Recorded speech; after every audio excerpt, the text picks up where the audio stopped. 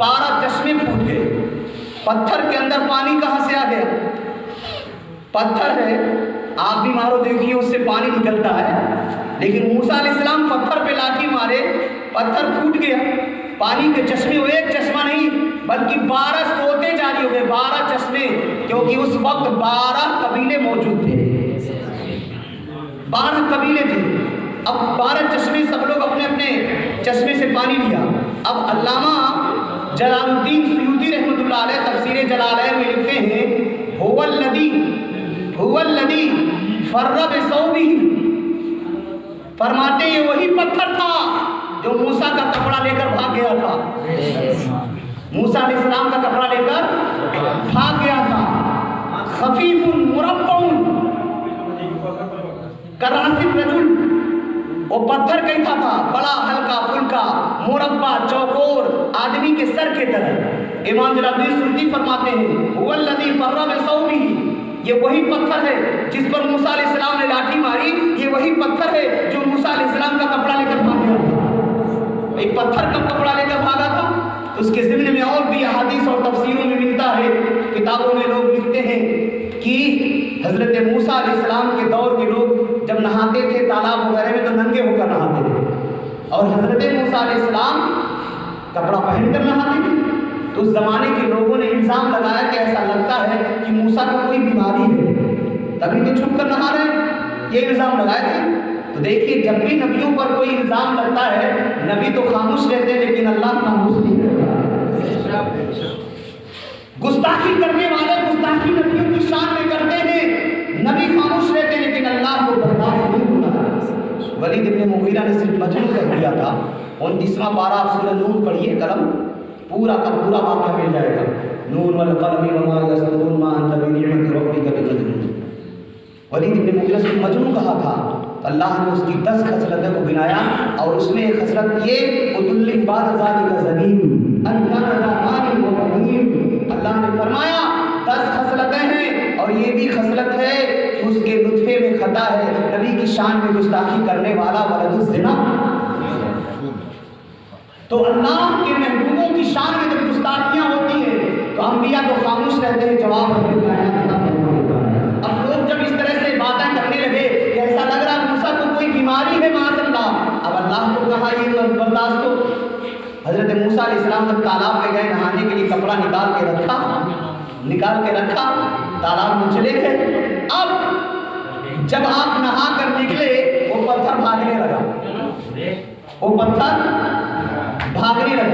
اب یہ پیچھے پیچھے دوڑ رہے ہیں۔ میں تو کبھی نہیں پڑھا لیکن میرے استاد گرامی ہمیشہ کہا کرتے تھے کہ موسیٰ علیہ السلام اتنے جلالی تھے، جب جلال میں آتے تھے تو سر سے چنگاریاں نکلتی تھیں، اتنے جلالی تھے۔ اب جب پتھر بھاگنے لگا تو بھی دوڑانے لگے، اب یہ جتنا تیز دوڑتے پتھر اتنا تیز بھاگنے لگا، کپڑا اسی پہنے کے بھاگتے بھاگتے جا کر کے مارکیٹ کے بیچ چوراہے پہ رک گیا۔ اب موسیٰ علیہ السلام دوڑتے گئے، سارے لوگ دیکھ رہے ہیں، موسیٰ علیہ السلام کے پورے بدن کو دیکھ رہے ہیں، لوگوں نے مان لیا کہ ہاں موسیٰ علیہ السلام کو کوئی بیماری نہیں ہے۔ اللہ نے اپنے محبوب اپنے پیارے کلیم کی عصمت کو اس طرح سے محفوظ کیا ہے۔ تو کبھی کبھی ایسا ہوتا اللہ کی مشیت سے کچھ دور نہیں ہے، اگر وہ سے پاک نے ہڈیوں کو اکٹھا کر کے اس مرغے کو زندہ کر دیا کم بسم اللہ کہہ کے، یہ کوئی بڑی بات نہیں ہے۔ لیکن آئیے کیا ایسا ہو سکتا ہے؟ کیا ایسا ہو سکتا ہے؟ کیا ایسا محال ہے؟ ہم کہیں گے ہاں محال ہے۔ کیا قرآن ایسا عقیدہ دیتا ہے؟ ہاں قرآن ایسا عقیدہ دیتا ہے۔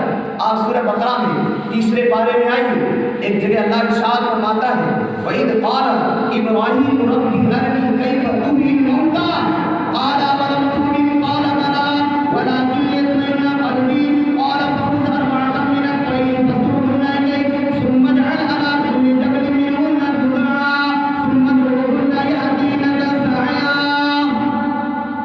اللہ رب العزت ارشاد فرماتا ہے، قرآن پاک پڑھیے گا یہ آیت کریمہ، وَإِذْ قَالَ إِبْرَاهِيمُ، جب حضرت ابراہیم علیہ السلام نے کہا اپنے رب سے ربی ارنی کیف تحیی الموتیٰ، اے مولا مجھے دکھا کہ تم مردے کو زندہ کیسے کرتا ہے،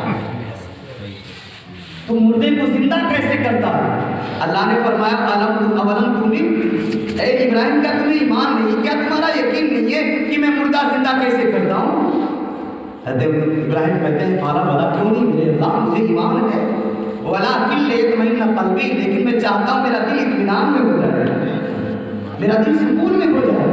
پھر اللہ نے فرمایا فَخُذْ أَرْبَعَةً مِنَ الطَّيْرِ، اللہ نے کہا کہ ٹھیک ہے 4 پرندوں کو پکڑ لو۔ اے ابراہیم دیکھنا چاہتا ہوں نا میں مردے کو کیسے زندہ کرتا ہوں، 4 پرندوں کو پکڑ لو۔ پھر کیا کرنا، فَصُرْهُنَّ إِلَيْكَ، ان کو اپنے پاس لا کر کے کیما کر دو، بوٹی بوٹی کر دو۔ ثُمَّ اجْعَلْ عَلَىٰ كُلِّ جَبَلٍ جُزْءًا، پھر بوٹی بوٹی کرنے کے بعد کیما بنانے کے بعد کئی پہاڑوں پہ اس کے حصے رکھ دو۔ ثُمَّ ادْعُوهُنَّ، پھر ان کو بلانا، یَأْتِینَکَ سَعْیًا، اور تمہارے پاس دوڑتے ہوئے آئیں گے۔ اب کیا ہوا، مفسرین کرام فرماتے ہیں ابراہیم علیہ السلام نے 4 پرندہ پکڑا اور پکڑنے کے بعد چاروں کو ذبح کیا اور بوٹی بوٹی کر کے ایک میں ملا دیا، ساری بوٹیاں کر کے ایک میں ملا دیا، کچھ حصہ کر کے کئی پہاڑی پر رکھا ہے، 4 پہاڑیوں پہ رکھا ہے۔ پھر اپنے جگہ آ کر کھڑے ہو گئے اور کہا پرندوں میرے پاس آ جاؤ، اتنا کہنا تھا ابراہیم علیہ السلام بول رہے پرندوں میرے پاس آ جاؤ، کہنا تھا کہ بوٹیاں بوٹیاں آپس سے جدا ہو رہی ہیں، ہڈیاں ہڈیاں جدا ہو رہی ہیں، ایک ہڈی جا کر اس پہاڑ پہ، اس پہاڑ سے اس پہاڑ پہ، سارے دوست گڑ گڑ کر ایک دوسرے سے مل کے چلے گئے اور پھر سے 4 پرندے زندہ ہو کر اڑ کر آ گئے۔ اب یہاں سمجھنا یہ ہے کہ جب پرندوں کو بوٹی بوٹی کر دیا گیا، بوٹی بوٹی کر کے حضرت ابراہیم علیہ السلام پہاڑوں پہ رکھ دیا تو ان کو آواز اللہ نے نہیں لگائی، آواز لگانے والا اللہ نہیں ہے بلکہ اللہ آواز لگانے والا اللہ کا بندہ ہے، ابراہیم خلیل اللہ ہے جو پرندوں کو آواز دیتے ہیں تو مرے ہوئے کٹے ہوئے کیما بنائے ہوئے پرندے پھر سے زندہ ہو کر اڑ کر چلے آئے ہیں، تو پتا چلا اللہ اپنے بندوں کو یہ طاقت دیتا ہے، اگر مردے کو آواز دے دے تو زندہ ہو کر کے چلے جاتے ہیں، زندہ ہو کر کے چلے جاتے ہیں۔ یہ قرآن دلیل دے رہا ہوں، یہ قرآن میں ایسی بات نہیں رہی ہے، اللہ اپنے بندوں کو پاور عطا کرتا ہے، تبھی تو حضور غوث پاک رضی اللہ تعالیٰ عنہ ہے، اللہ اکبر غور کریں، وہی غوث پاک رضی اللہ تعالیٰ عنہ ہے، کتابوں میں آتا ہے، بڑے بڑے علماء نے اپنی کتابوں میں لکھا ہے، اور اس کو اپنے وقت کے بہت بڑے عالم دین جو پاکستان کے رہنے والے ہیں جن کا نام ہے حضرت علامہ فیض احمد اویسی، انہوں نے اپنی کتاب میں تحریر کیا ہے، اور اب اس کتاب اعلیٰ حضرت عظیم الہدایہ کی بخشش کی شرح انہوں نے لکھی ہے 7 یا 8 جلدوں میں، اسی کے اندر اس کتاب کے اندر اعلیٰ حضرت عظیم البرکت کے شعر کی تشریح میں علامہ فیض احمد اویسی لکھتے ہیں، کیا لکھتے ہیں، بڑے اچھے انداز میں لکھتے ہیں، اسی ہندوستان کی سرزمین پر، اسی بھارت کی سرزمین پر، اسی انڈیا کی سرزمین پر ایک ایسا علاقہ ہے جس کو مدھیہ پردیش کے نام سے جانا جاتا ہے، اسی مدھیہ پردیش میں ایک شہر ہے جس کو جبل پور کے نام سے جانا جاتا ہے، جبل پور کی سرزمین پہ بہت بڑی ندی بھی ہے، اسی سرزمین پر ایک کھتری رہا کرتا تھا، کھتری غیر مسلم، لیکن وہ کھتری غوث پاک سے بہت پیار کرتا تھا، بڑی الفت، بڑا لگاؤ تھا غوث پاک سے، اب وہ کھتری ہر 11ویں کو 11ویں کیا کرتا تھا، غیر مسلم ہو کر، لیکن غوث پاک کی یاد کی، محبت کی، رب کی مشیت دیکھیے کہ وہ کھتری کچھ دن کے بعد جب مر گیا تو اس کے سماج کے لوگ، اس کے برادری کے لوگ اس کی لاش کو لیے، لکڑیاں جلا دیے، لکڑی پہ رکھ کر لکڑی کو آگ لگا دی گئی کہ اس کے بدن کو جلا دیا جائے۔ جب آگ جلا دی گئی، لکڑی جل کر انگارے کی شکل اختیار کر لی ہے، لیکن وہ کھتری جس کو لٹایا گیا ہے بدن تو بدن، اس کا کپڑا تک نہیں جل رہا، اس کا کپڑا تک نہیں جل رہا، لوگ پریشان ہوئے، کہو جاؤ گھی لے کر آؤ۔ اب کئی لیٹر گھی لا کر اس کے بدن پہ ڈالا گیا کہ گھی سے آگ اور بھڑک جائے گی، ہو سکتا ہے اس کا بدن جل جائے، لیکن گھی ڈالتے ڈالتے تھک گئے تب بھی اس کا بدن نہیں جل رہا، بہت پریشان ہوئے۔ اب ان لوگوں نے سوچا چلو آگ نہیں جلا رہی ہے، اس کی لاش کو اٹھا کر اسی دریا میں پھینک دیا جائے، اسی ندی میں پھینک دیا جائے، ندی کی مچھلیاں اس کی لاش کو کھا لیں گی۔ لیکن جیسے اس کی لاش کو اٹھا کر ندی میں پھینکا گیا، ندی میں پھینکا گیا تو ندی اس کی لاش کو باہر پھینک دی، ندی نے بھی اس کی لاش کو قبول نہیں کیا، باہر لاش کو پھینک دیا۔ اب یہ پریشان ہو گئے، سب کیا جائے تو کیا کیا جائے، اسی حیرت و استدعا میں پڑے ہوئے تھے، تب تک ایک اللہ کا بندہ ہے، سر پہ امامہ بدھا ہوا ہے، بہترین کپڑا پہنا ہوا ہے، چہرہ بارونق ہے، ہاتھ میں عصا ہے، جلدی جلدی اس مرگھٹ پہ آ گئے، کہا ہے لوگوں یہاں پہ کسی کھتری کی موت ہوئی ہے کیا، جس کو آگ جلا نہیں رہی ہے اور دریا قبول نہیں کر رہا۔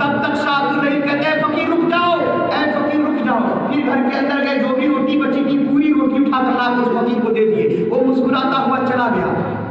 جب گھر میں گئے تو شاہ عبدالرحیم کی اہلیہ جو ان کی بیوی تھی وہ کہہ رہی میرے آقا میرے سرکار آپ کو اگر ساری روٹی دینا تھا تو پہلے دے دیے ہوتے, آپ آدھی روٹی ایک بار دیے پھر پوری روٹی بعد میں دے دیے, ایسا کیوں کیا آپ نے؟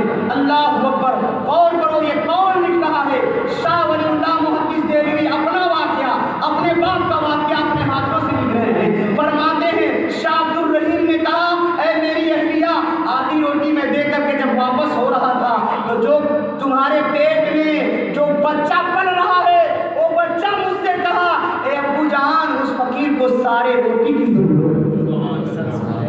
جو بچہ تمہارے پیٹ میں اس بچے نے کہا کہ ابو جان اس فقیر کو ساری روٹیوں کی ضرورت ہے, اس لیے میں گیا اور ساری روٹیاں لا کر اس فقیر کو دے دیا.